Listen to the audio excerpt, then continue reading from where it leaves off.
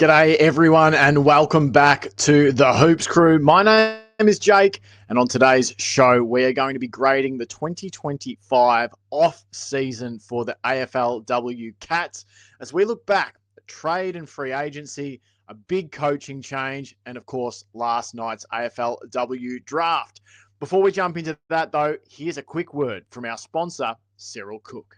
The Hoops Crew Media Network is proudly sponsored by Cyril Cook Florist. Use the offer code GOCATS at checkout when shopping their store online to get 20% off your next purchase. All right, let's jump into it. Hit that like button, hit that subscribe button, and let's get started, of course, with the trade and free agency period. So, a frustrating 2025 campaign for the AFLW Cats, which saw Geelong miss finals for the second year running after having to test their depth due to absence and injury. There's been a lot of change at Kardinia Park. 9 players departed with retirements for Meg McDonald, Kate Darby, Shelley Scott, and Erica Fowler, while contracts were not offered for Gabby Featherston, Melissa Bragg, Bella Kay Smith, Caitlin Thorne, and Anna Rose Kennedy. The Cats got things moving late in the AFLW trade and free agency period to fill the gaps with a trade to acquire Saints veteran defender Nicola Stevens, the addition of a pair of delisted Port Adelaide free agents in athletic defender Alyssa Brooke and experienced forward Jasmine Stewart, and the exciting signing of Irish halfback winger Emma Murray, who was a key cog in Waterford's 2024 All-Ireland football triumph. The biggest losses for Geelong in this phase were the experience of retirees Meg McDonald, Kate Darby, Shelley Scott, and Erica Fowler, who combined had played over 250 games of AFLW experience. They also missed a damaging rebounding player in defence with the departure of Irishwoman Anna Rose Kennedy.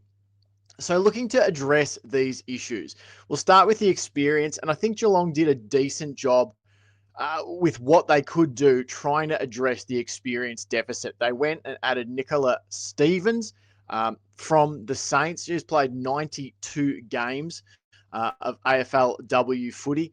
And they also went and got, and she's a key defender for anyone wondering, they also went and got a forward in Jasmine Stewart from Port Adelaide, who has played 42 games. So between Stewart and Stevens, they've played 134 games of AFLW experience. Now, that doesn't cover the total deficit left by the players who retired, but it is an active effort from the Cats to repair what was lost.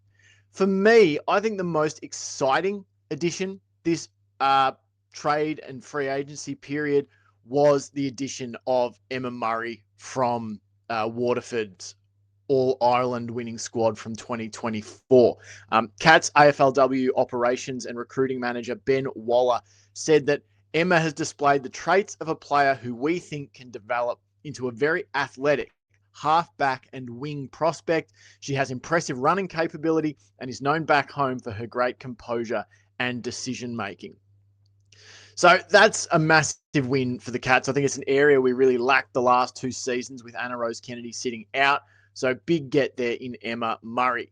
So for the trade and free agency period, in terms of a letter grade, which is what I'm going to give the Cats for trade and free agency for their coaching change and for their draft, I'm going to give the Cats a B+ for their trade and free agency period. They weren't able to lure any massive sort of splash names from around the competition this year, but they did bring in some experienced depth and added another exciting Irish prospect who has plenty of upside to potentially fill a key role for us next season. So look, it's a B+ for me.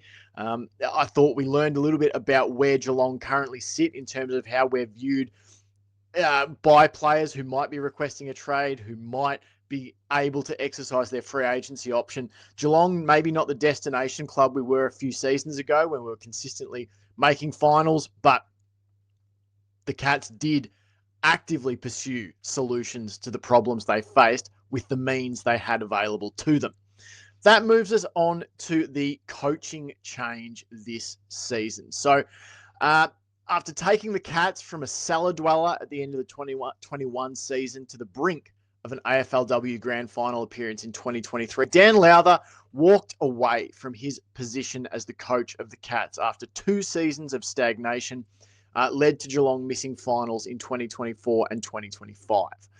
Lowther departed to explore other options, and though it took a couple of weeks of nervous waiting for fans, the Cats landed the best possible replacement from the 2025 coaching pool, and that, of course, was long-time Melbourne D's leader, Mick Stineer. Now, Mick Stineer, he joined the Cats on December the 10th. He'd been the coach at Melbourne since the inaugural AFLW season in 2017. And across 101 games in charge, he held a whopping 70.3% winning percentage. He won 70 times and lost 31 games in 10 seasons and finished 4 of the last 5 seasons inside the top 2. His success at the D's peaked in 2022 when the D's won their first AFLW flag. This is a coach who has built a program from the ground up, has achieved a standard of excellence and maintained that standard for a decade. There was no one else available in the coaching cycle this year with the credentials that Stineer has, and the Cats got the job done and locked up a coach who should give them their best chance at winning a flag in the future. So this one, for me, it's really a no-brainer in terms of the letter grade. I'm going to give them an A+ here. This was the big fish. There was essentially one big fish out there in the coaching pool who had a wealth of AFLW experience, had a proven sort of proof of concept model where I can take a program from start to finish. We can win flags. The Cats landed that big fish, and now we just see if he can take what he built at Melbourne and apply it to Geelong. So A+ for me in the coaching hire. You went out and got the job done. That moves us to the final phase of Geelong's off-season so far, and that is the 2025 AFLW Draft. We did a massive live stream here on the Hoops Crew last night for this. It was a lot of fun for nearly 3 hours, a lot of views, a lot of people commenting. So let's recap it here for you in speedy fashion. So the Cats went into this draft with 3 selections to make and a need to add midfield depth. They were made to wait by a seemingly endless supply of Gold Coast bid matches. That sounds familiar, doesn't it? But when their pick finally arrived, the Cats grabbed one of the most talented players in the draft, athletic intercepting defender Evie Coucher, who comes across from Peel Thunder to the Cats. Now, if not for an injury that interrupted her 2025 season, Coucher would likely have gone much higher in this draft. I've seen different little articles and that sort of thing about her, being a contender to have gone in the top 2 or 3 picks. The Cats have decided that injury concern was not enough reason to look past her obvious talent. A player who can intercept and then willingly gets involved in linking chains of possession to turn defense to attack. This immediately addresses an area of the game that Geelong struggled with in 2025. As you can see on her Rookie Me Central profile, the strengths are intercept marking, reading the play, kicking, footy IQ, decision-making, production, consistency, upside. Her improvements, one-on-ones and explosive speed. They are things she can and I'm sure will work on. So Evie Coucher joined the Cats. Then it was on to their next pick for Geelong. And they began to address midfield depth when they selected Tasmanian product Priya Bowering. Now, Bowering is a very exciting player. Described on Rookie Me Central as one of the most consistent midfielders in the draft crop, averaging 20.4 touches, 5 clearances, and 4.8 tackles per game for Tassie this season.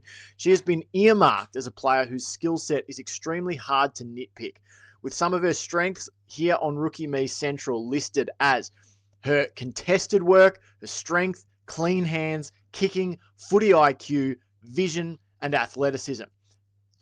In terms of her improvements needed, some on-field explosiveness and endurance, but referencing again back to Rookie Me Central, they said they had to work really hard to nitpick the skill set of Priya Bowering. So although there are areas she can improve, they are not perhaps as significant gaps in her skill set as for other players.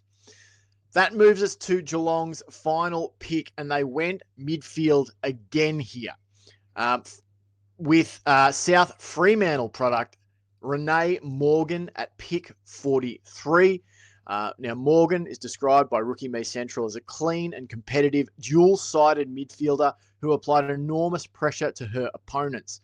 They've scouted Morgan as an extremely well-rounded player who wins the ball well and can use it expertly off either side of her body with room for growth in her speed and scoreboard impact. So those are the areas they'd like to see her improve, is the speed and scoreboard impact. I think she's only got 1 goal in the last 3 seasons at any level, but there's stuff to like: clean hands, strength, contested ball, her skills, her dual-sided ability, work rate, and defensive pressure. So those were the 3 picks for the Cats in this AFLW draft last night. And when it comes to grading, it's tough to grade drafts because you just never know, but I'm going to give the Cats an A for their draft night edition. I like the willingness to grab the best available player in Evie Coucher when she was there at pick 11, rather than being scared off by a potential injury concern. After all, if you look at it, she'd played 31 games for Peel and WA across the 2023 and 2024 seasons. So it's not as though this is a player who has, been injury riddled and on and off the park for years and years. Before last year, she'd been very consistent. I love the 2 midfield picks. I think Bowering gives us that extra footy IQ and some elite kicking skills. Morgan brings some defensive pressure and that dual-sided ability. I think they can both definitely push Geelong's midfield group to be better. Obviously, you can never know when it comes to the draft. All right, players boom and bust all the time, but right now I think the Cats have made good picks given that they were in the given where they were in the draft, and they've put themselves in position to develop depth at key positions. So I'm giving them an A for their AFLW draft. Which moves us, of course, to our final grade, and that is a total grade for this AFLW off-season for Geelong. And when we look at this entire sort of player acquisition phase, we had a B+ for the trade and free agency period, an A+ for the coaching hire of Mick Stanier, and then an A for the draft. And that averages out for me for an A for Geelong for this entire off-season player acquisition phase. It's evident that the Cats aren't the destination location for players they were a few seasons ago. I think missing finals a couple of years in a row will do that. But they made an effort to add some experienced depth.